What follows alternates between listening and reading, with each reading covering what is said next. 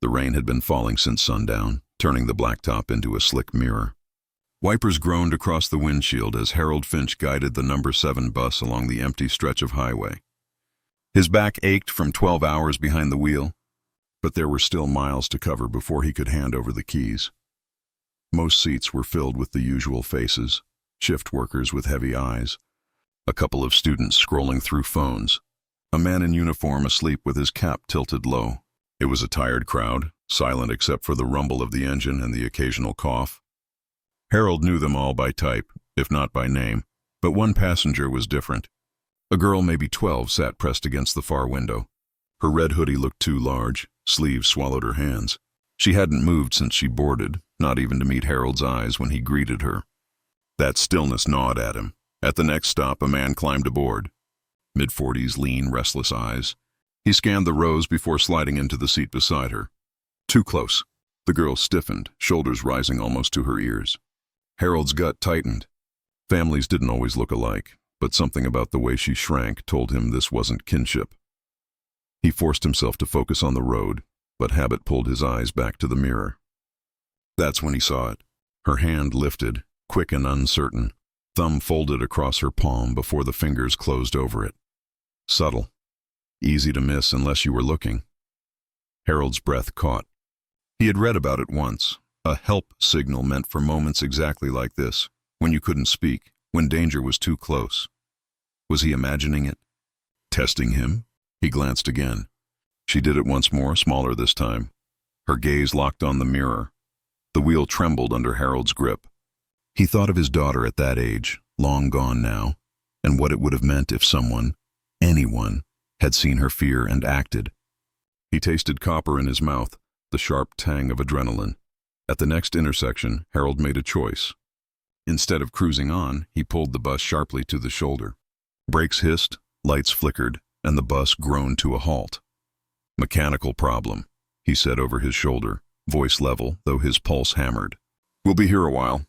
The man beside the girl stiffened. The girl's eyes widened with hope.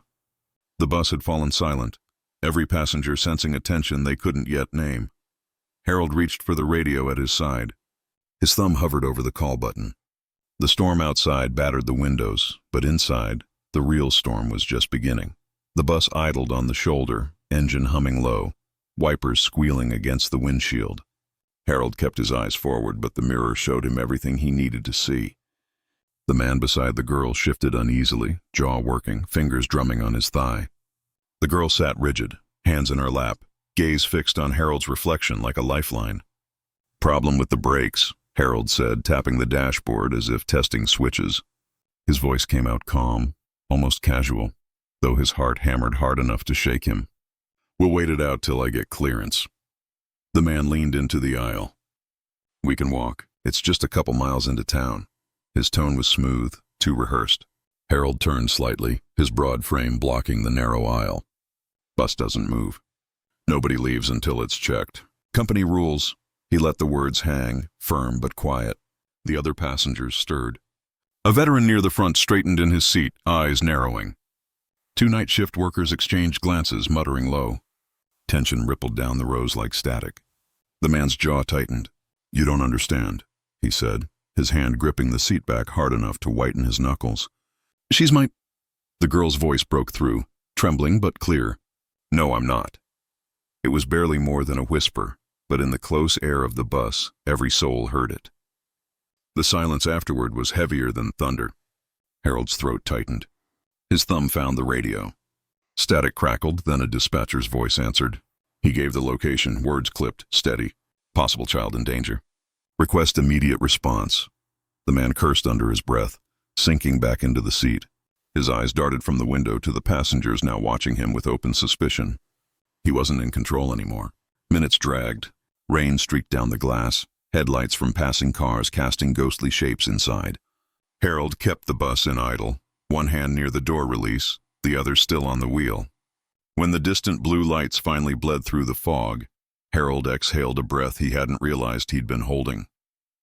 Tires crunched on wet gravel as a cruiser pulled up behind them. The man stood abruptly, but Harold was quicker. He rose, shoulders square, blocking the aisle like a wall. "Sit down," he said, voice low but iron hard. The man faltered, then sank back into his seat. The girl's eyes filled with tears, her hand rising once more to that silent signal. The doors hissed open and officers stepped aboard. The storm outside raged on, but inside the balance of power had shifted for good. By the time the officers led the man off in handcuffs, the bus was hushed. Passengers whispered in shaken tones, eyes following the girl as she stood near Harold, hands clenched at her sides. She wouldn't let go of his sleeve until a female officer gently guided her down the steps. "You did right," one of the officers told Harold quietly before following. Then the doors closed, leaving Harold alone with the hum of the engine and the thud of his heartbeat. He finished the route in silence, dropping passengers one by one until the seats were empty. When he finally pulled into the depot, the night had thinned to a gray drizzle. Harold sat for a moment with his forehead against the wheel. Exhaustion weighed on him, but something else too, a sense that what happened wasn't over. The next morning, as he sipped bitter coffee in the break room, a supervisor called him into the office. Waiting there was a man in a sharp gray suit, shoes polished so bright they caught the fluorescent light. He introduced himself as Robert Callahan, the name stirring recognition. The Callahan family owned half the mills in the county. "My wife was on your bus last night," Robert said, voice low, deliberate. He set a worn photograph on the desk. Harold leaned in. 3 children stood beside a school bus in the picture, bundled in thick coats, their faces young and bright. The edges of the photo were yellowed, nearly brittle. Harold's gaze snagged on the smallest girl. Her round cheeks, dark eyes, the way her red scarf hung loose. It was uncanny. "She looks like the girl," Harold murmured. Robert nodded grimly. "This was taken in 1981. My niece and her brothers disappeared the same day. Never found. Police files say they vanished on their walk home from school." The words struck Harold like a hammer. He remembered the hushed stories of that year, missing kids, parents with hollow stares, rumors that never faded. "You think she's connected?" Harold asked, his voice rough. "I don't think," Robert said. "I know. The hoodie, the face, it's her all over again." He pushed the photo closer. "That girl you saved may be the last thread of a 30-year mystery." Harold's stomach turned. The secret signal, the terror in her eyes. It hadn't been random. It was a cry tied to something buried deep in the town's past. Outside, thunder rolled again over the hills as if the storm hadn't truly left. Harold stared at the photo, feeling the weight of 30 years pressing down, and knew his life was no longer just about driving a bus. It was about finding out what really happened. Harold had never considered himself an investigator. He was a driver, a man who kept schedules, fixed broken wipers with duct tape, and memorized every curve of the county roads. But the photograph burned in his pocket, and the girl's terrified eyes haunted him each time he closed his own. He started with the archives at the library, dust rising from boxes that hadn't been touched in decades. Old clippings spoke of candlelight vigils, volunteer searches combing through woods, and interviews with parents who aged overnight with grief. Then silence, like someone had cut the cord on the story. A retired deputy, gray and stooped, sat across from Harold in a diner one afternoon, lowering his voice to a rasp. Every lead went cold too fast. Someone with influence made sure of it. He wouldn't say more, but his eyes told Harold enough. The more Harold dug, the more a single name surfaced: Pastor Whitmore. He had presided over memorial services, comforted grieving families, and built his church into the beating heart of the town. But there were gaps in his alibis, inconsistencies in where he had been on the night of the disappearance. And buried in a forgotten report, Harold found it. A witness had spotted Whitmore's van near the school bus route the very evening the triplets vanished. The discovery hollowed Harold's stomach. Whitmore was untouchable, revered. People trusted him with their children, their secrets, their souls. Accusing him meant shattering the foundation of the community. Still, Harold carried the file to Robert Callahan. They sat in Robert's study, shadows stretching long across shelves of leather-bound books. Harold's hands shook as he laid the papers down. Robert scanned the report, his jaw tightening. "It explains why the investigation died," he said at last. No one wanted to believe. That Sunday, Harold sat at the back of Whitmore's church. The place was packed, hymns echoing off the rafters. Whitmore stood tall at the pulpit, his voice smooth as honey. But Harold didn't hear the sermon. He studied the man's face. The controlled gestures, the two steady eyes, and then Whitmore's gaze caught Harold's. For the briefest second, the mask slipped. A flicker, fear, recognition, guilt, Harold couldn't tell. But it was enough. His pulse hammered. He could walk out, leave it to others.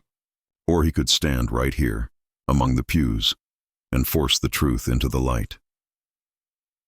Harold rose slowly, the wooden floor creaking beneath his boots. Every head turned. His voice was rough but steady as he called out, "Tell them where you took those children."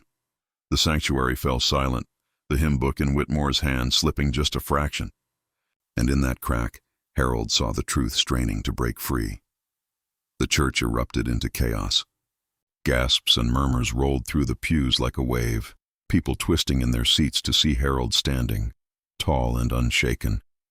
At the pulpit, Pastor Whitmore's smile faltered, his polished words drying in his throat. For decades, his voice had been the town's anchor. Now it trembled. "I don't know what you think you're saying," Whitmore began, his tone too smooth, too quick. This man is confused, exhausted from his work, but Harold didn't waver. He held up the old report, his hand steady despite the pounding in his chest. "Your van was there the night those kids vanished. The same night this girl's family disappeared. 30 years, and you've hidden behind sermons."